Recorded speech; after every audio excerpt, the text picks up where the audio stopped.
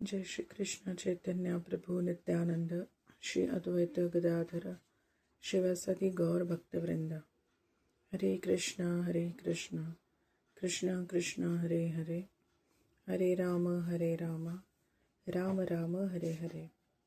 श्रील प्रभुपाद की जय। श्रीमद् भागवतम स्कंद क्रमांक 1 अध्याय क्रमांक 12 सम्राट परीक्षितांचा जन्म। श्लोक क्रमांक 1।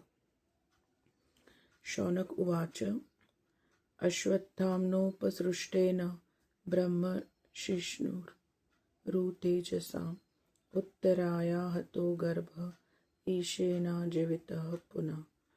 अश्वत्थाम्नोपसृष्टेन ब्रह्मशिष्णुरुतेजसा उत्तराया हतो गर्भ ईशेनाजीवितः पुनः।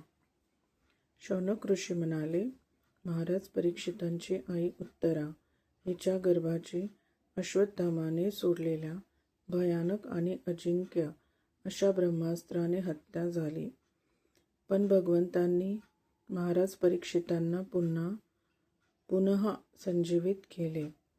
तात्पर्य: नैमिषारण्यामधील ऋषींनी सूत गोस्वामींना महाराज परीक्षितांच्या जन्मासंबंधीची कथा विचारली होती, परंतु सांगण्याच्या ओघात इतरही विषय निघाले आणि द्रोणपुत्र अश्वत्थाम्याने सोडलेले ब्रह्मास्त्र, अर्जुनाने त्याला केलेले शासन, महाराणी कुंती देवीने केलेली प्रार्थना, जेथे भीष्मदेव शरशय्येवर पडलेले होते त्या ठिकाणी त्यांना पांडवांची भेट, भीष्मदेवांची प्रार्थना आणि त्यानंतर भगवंतांचे द्वारकेस प्रयाण यासारख्या गोष्टींची चर्चा झाली.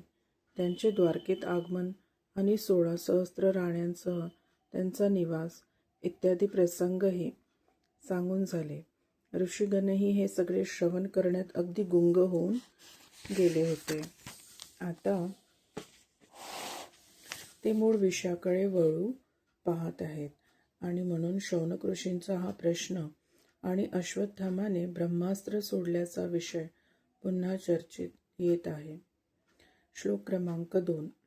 तस्य जन्म महाबुद्धे कर्माणि च महात्मनः निधनं च यथे वासीत्स प्रेत्य गतवान यथा।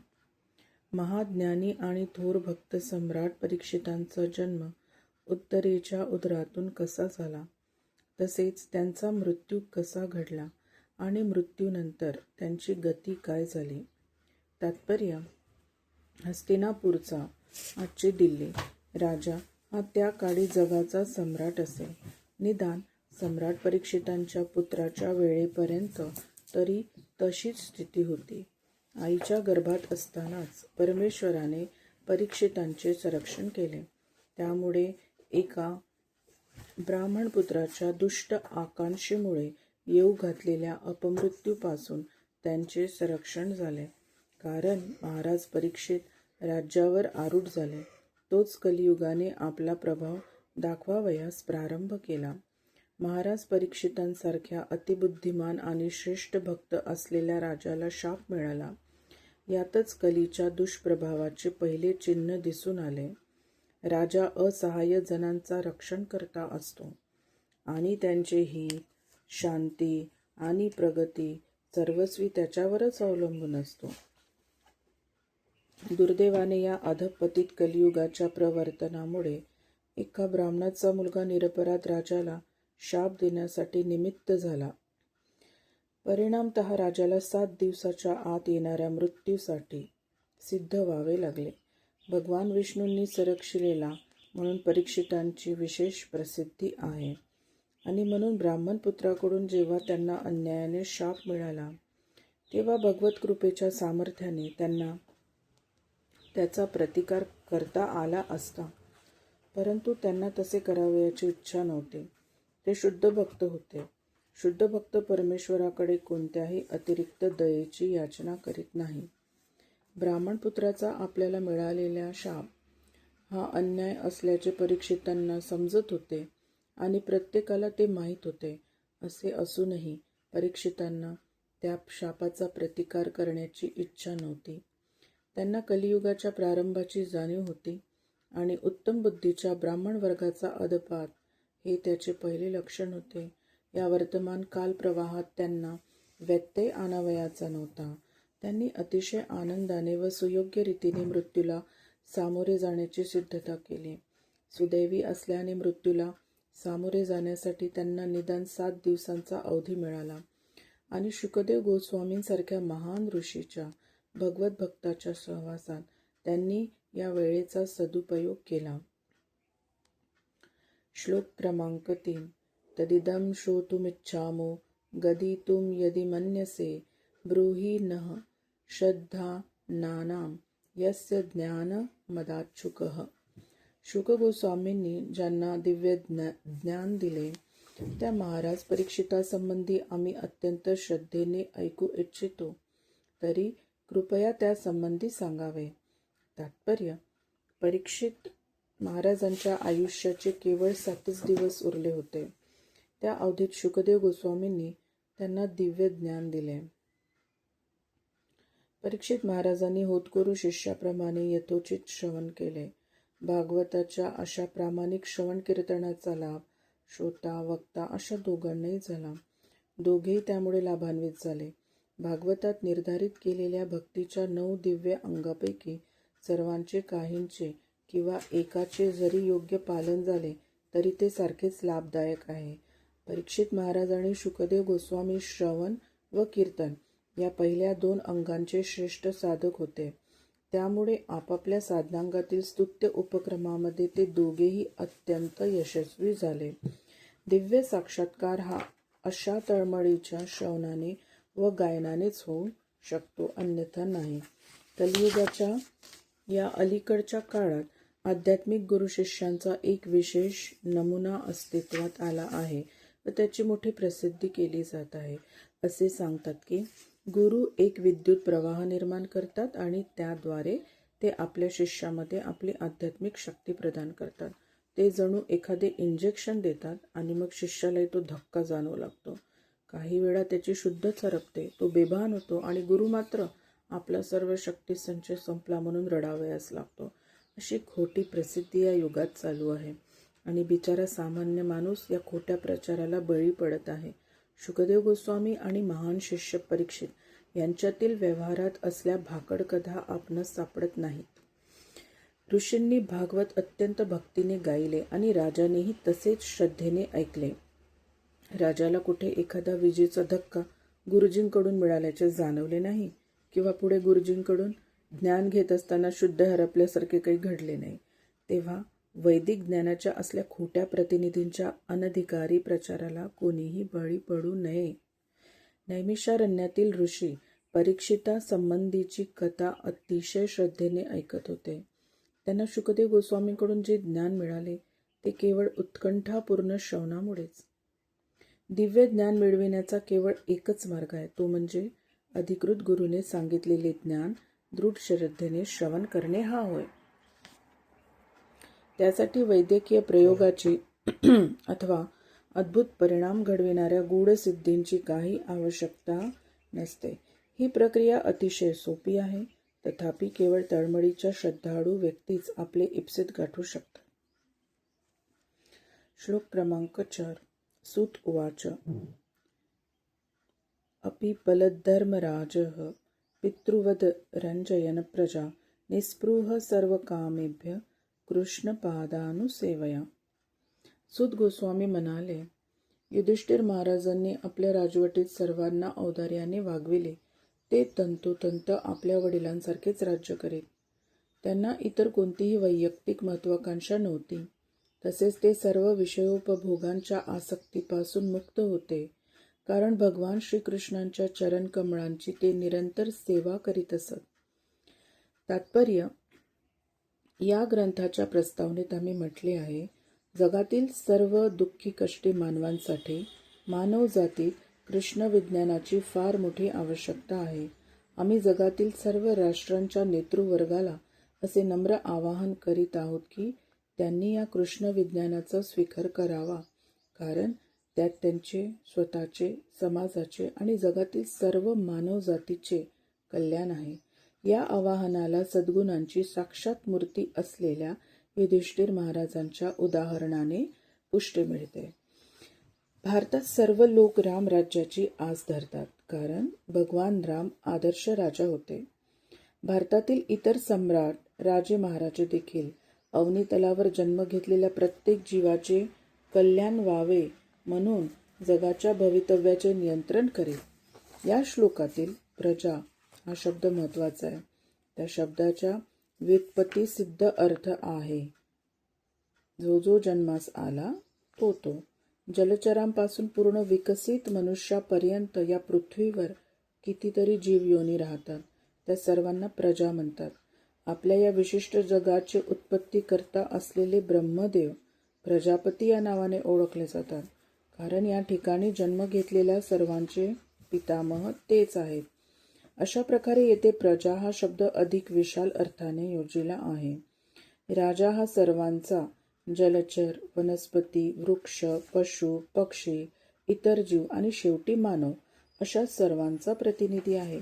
यापैकी प्रत्येक जण त्या परमप्रभूंचा अंश आहे. भगवद्गीता 14.4. आणि राजा हा त्या परमेश्वराचाच प्रतिनिधी असल्याने यापैकी प्रत्येकाला पूर्ण संरक्षण देण्याच्या कर्तव्याला तो बांधलेला आहे. सध्याच्या राष्ट्रपती आणि हुकुमशहांच्या नीतिशून्य राजवटीत असे काही नाही. येथे कनिष्ठ योनीतील प्राण्यांना कोणतेही संरक्षण नसते, तर वरिष्ठ योनीतील प्राण्यांना तथाकथित संरक्षण असते. परंतु हे एक मोठे शास्त्र आहे आणि ज्याने कृष्ण विज्ञान अभ्यासले आहे त्यालाच या शास्त्राचाही अभ्यास करता येईल. कृष्ण विज्ञानाचा अभ्यास केल्यानेच मनुष्य जगात सर्वात पूर्ण पुरुष होऊ शकतो. आणि या अध्यात्मशास्त्रातील ज्ञान जर नसेल तर विद्यापीठीय शिक्षणक्रमातून मिळालेल्या डॉक्टरेट, डिप्लोमा सारख्या पदव्या आणि इतरही सर्व प्रमाणपत्रे व्यर्थ आहेत. महाराज युधिष्ठिरांना हे कृष्ण विज्ञान उत्तम रीतीने अवगत होते.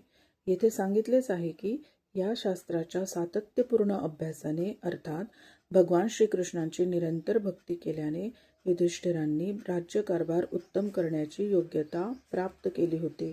कित्येक वेळा पिता मुलाशी वागताना वरवर कठोर वाटतो, पण याचा अर्थ असा नसतो की त्याच्या ठिकाणी पिता होण्याची योग्यताच नसते.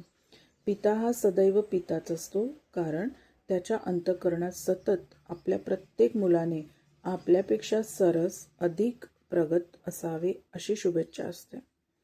युधिष्ठिर महाराज म्हणजे जगातील सर्व सद्गुणांची मूर्ती होते.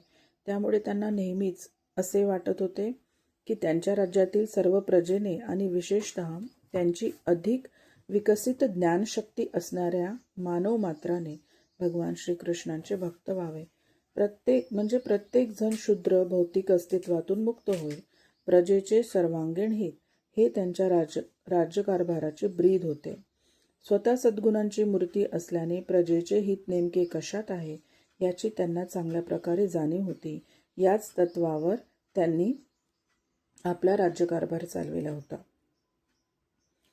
इंद्रियांना संतुष्ट करण्याच्या राक्षसी प्रवृत्तीला येथे स्थान नव्हते. आदर्श राजा या नात्याने त्यांना स्वतःला वैयक्तिक अशी महत्वाकांक्षा नव्हती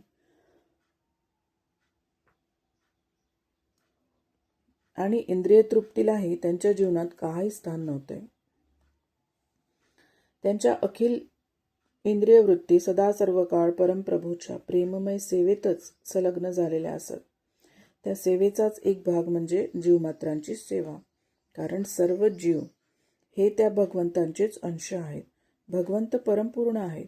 भगवंतांना सोडून जे केवळ त्यांच्या अंशमात्र जीवमात्रांचीच सेवा करतात ते झाडाच्या मुळाला पाणी घालण्याऐवजी पानावरच पाणी शिंपडावे त्याप्रमाणे आपली शक्ती आणि वेळ व्यर्थ घालवितात.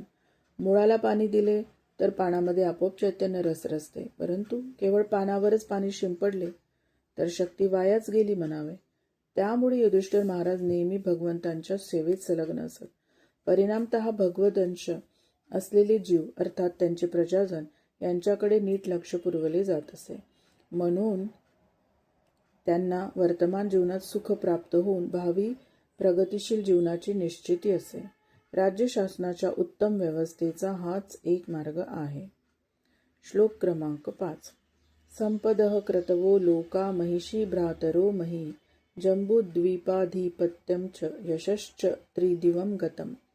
महाराज युधिष्ठिरांचे वैभव, त्यांनी केलेले यज्ञ आणि परिणामतः त्यांना भविष्यात प्राप्त होणारे लोक, त्यांची राणी, त्याचे शूरबंधू, त्यांची विस्तृत भूमी, या पृथ्वीवरील त्यांचे सार्वभौमत्व, त्यांची कीर्ती इत्यादी विषयीच्या वार्ता अगदी स्वर्गीय लोकांपर्यंत पोचल्या होत्या. तात्पर्य, केवळ श्रीमंत आणि थोर माणसाचेच नाव आणि कीर्ती जगभर पसरते.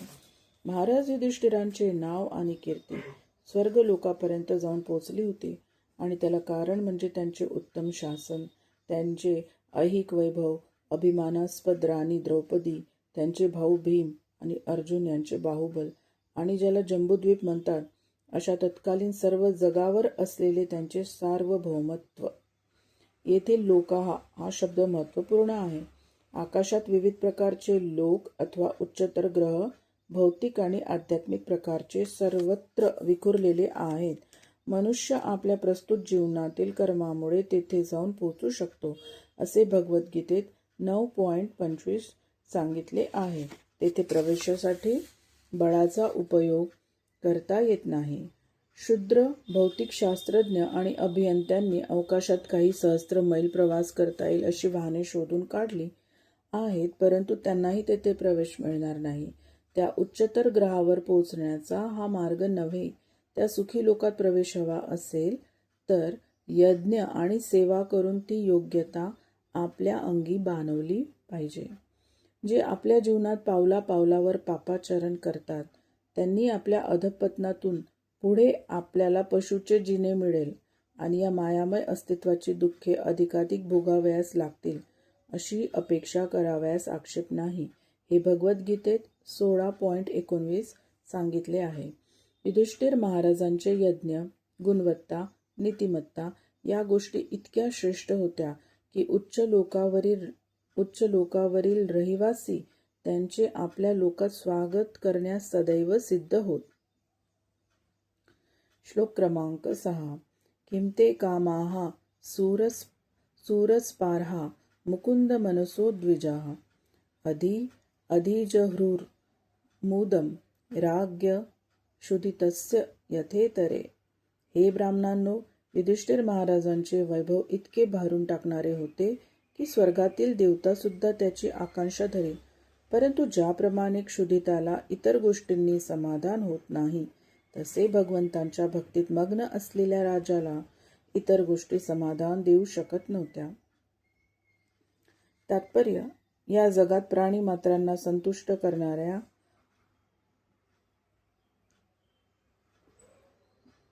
दोन गोष्टी आहेत. जे जीव भौतिकतेत पूर्णपणे गळून गेले आहेत ते विषयभोगात संतुष्ट आहेत, परंतु जे भौतिक गुणांच्या बंधनातून मुक्त आहेत ते केवळ भगवंतांच्या संतोषार्थ त्यांची प्रेममय सेवा करून संतुष्ट होत असतात. याचा अर्थ असा की जीव स्वाभाविकतःच सेवक आहे, सेव्य नव्हे. बाह्यशक्तीच्या प्रभावाखाली भ्रमित झाल्याने आपणच सेव्य आहोत असे त्याला वाटत असते. वस्तुतः तोच काम, वासना, क्रोध, लोभ, मद, गर्व, वेडेपणा, असहिष्णुता इत्यादींचा दास झालेला असतो. आध्यात्मिक ज्ञानाची प्राप्ती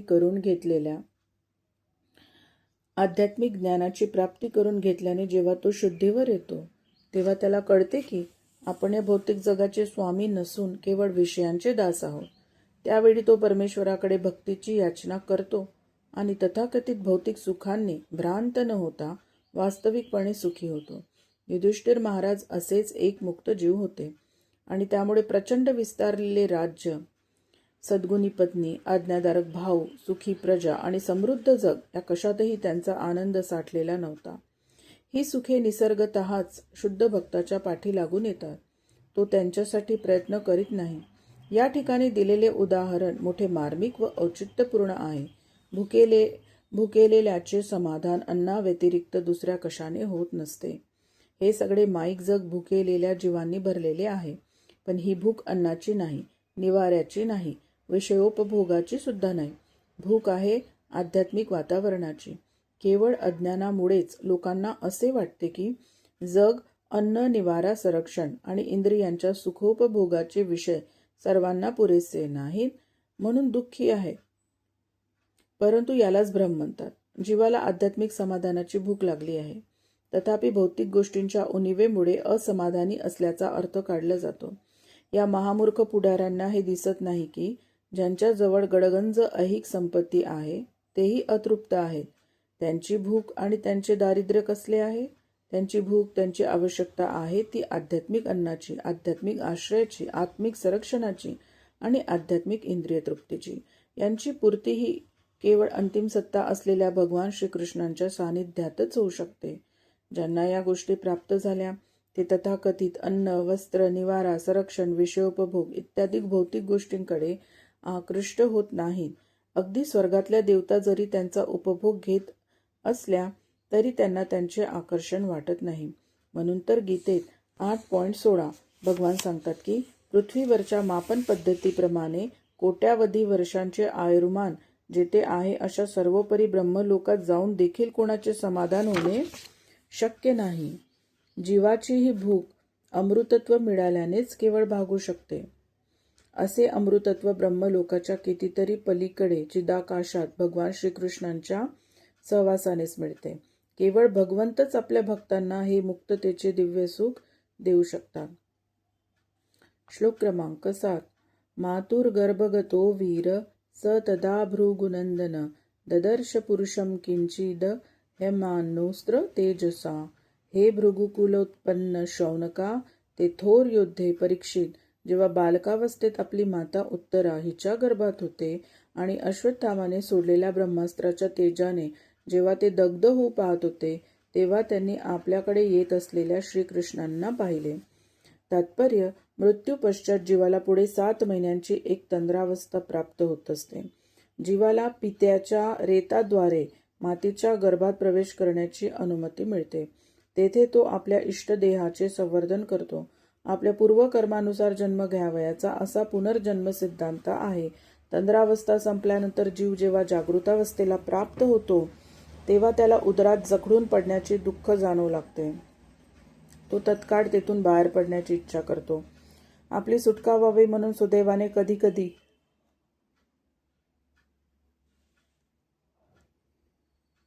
तो भगवंतांची प्रार्थना देखील करतो.